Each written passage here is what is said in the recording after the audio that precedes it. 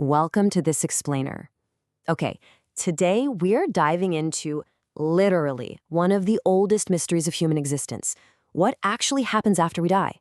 But we're not just looking at ancient philosophy here. We're going to see what happens when thousands of years of metaphysical tradition crash right into the rigorous, data-driven world of modern academic research. It's absolutely fascinating stuff. So let's dive into the rebirth hypothesis. To give you a complete 360-degree look at the source material, our roadmap today will cover, first, the metaphysics of rebirth. Second, science enters the chat. Third, the compelling evidence. Fourth, the skeptical rebuttal. And finally, bridging two worlds.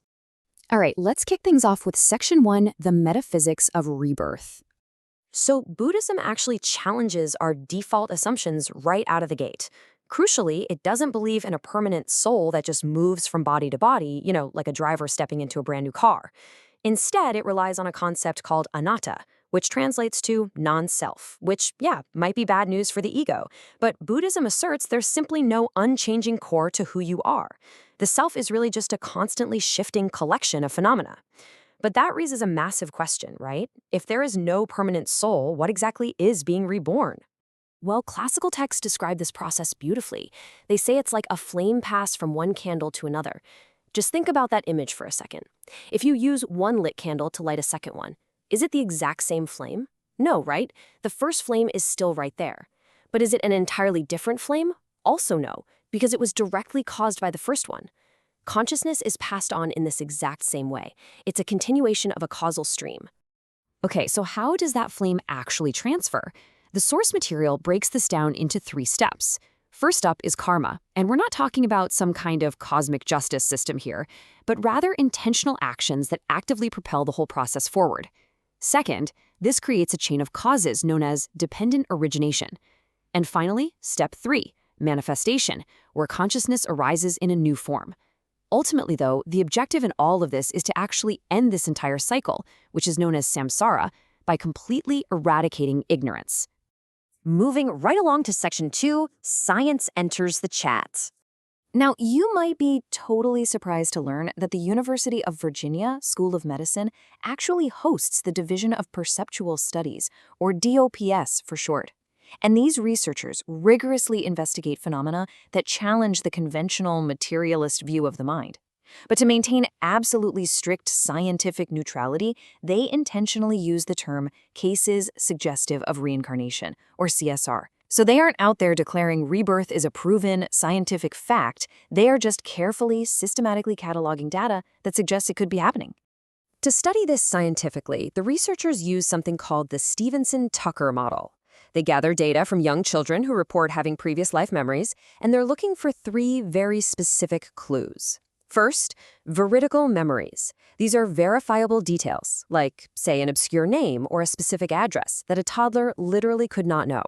Second, and this is quite startling, they look for birthmarks and birth defects that perfectly correspond to lethal wounds on the deceased person. And third, behavioral correspondences. These are things like intense, entirely unexplained phobias. Which brings us to Section 3, the compelling evidence. Let's take a look at some of the really cornerstone cases here. Over in India, a young girl named Shanti Devi correctly identified her former husband and accurately directed investigators to gold that was buried in her former house. Then in the US, there was a toddler named James Leininger. Plagued by nightmares, he actually named a specific World War II aircraft carrier, the Natoma Bay, and he named a specific pilot who died. Details that were later perfectly verified by military records. And then there's Swarnalata Misha, who was somehow able to physically navigate the winding paths of a distant, completely unfamiliar village to find a deceased person's family. I mean, wow. For the researchers at DOPS, these verified details are simply too accurate to be written off as mere fantasy or childhood confabulation. Think about it. When a toddler with absolutely zero access to historical records can accurately name an obscure World War II pilot, standard psychological explanations really begin to buckle under the weight of that raw data.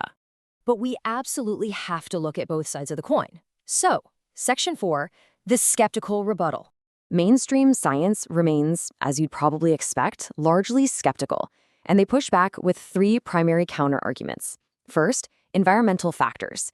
Specifically, this idea of cryptomnesia, which is essentially the theory that kids unconsciously remember overheard conversations and then later present them as their own vivid memories. Second, social reinforcement. This happens when families and cultures with strong reincarnation beliefs might unconsciously shape or encourage these stories in their kids. And third, the massive, arguably insurmountable philosophical hurdle, the mind-brain problem, which is rooted in physicalism. This right here is the absolute core conflict. DOPS researchers firmly point to their empirical field data, stating that the sheer, literal accuracy of the children's memories completely defies standard psychology. But mainstream physicalism holds that consciousness is strictly an emergent property of the biological brain. To put it simply, if the physical brain dies, the mind logically cannot persist. For mainstream neuroscientists, surviving without a brain is just a biological impossibility. End of story. So let's wrap this up with Section 5, Bridging Two Worlds. We are truly looking at an unprecedented space here. On one side, classical Buddhism treats rebirth as a foundational truth, mapping out this continuous stream of consciousness. Meanwhile, pioneering inquiry at the University of Virginia is indirectly probing this ancient doctrine through really rigorous data collection. Yet, despite mind-blowing cases like James Leninger, mainstream science demands a biological mechanism that currently just doesn't exist. Because of this deep tension, researchers treat the rebirth hypothesis as an open question, one that severely challenges the very limits of our current understanding of the universe. Which ultimately leaves us with one incredibly provocative question about our very nature to ponder. Is human consciousness merely a temporary byproduct, absolutely destined to end the moment the body does? Or is it a continuous stream, like a flame passed into the dark from candle to candle? The data is out there, the philosophy is ancient, and the answer, well, it remains one of the greatest open questions of human existence. Thank you so much for joining me on this explainer today. I really hope it helped illuminate this captivating topic for you.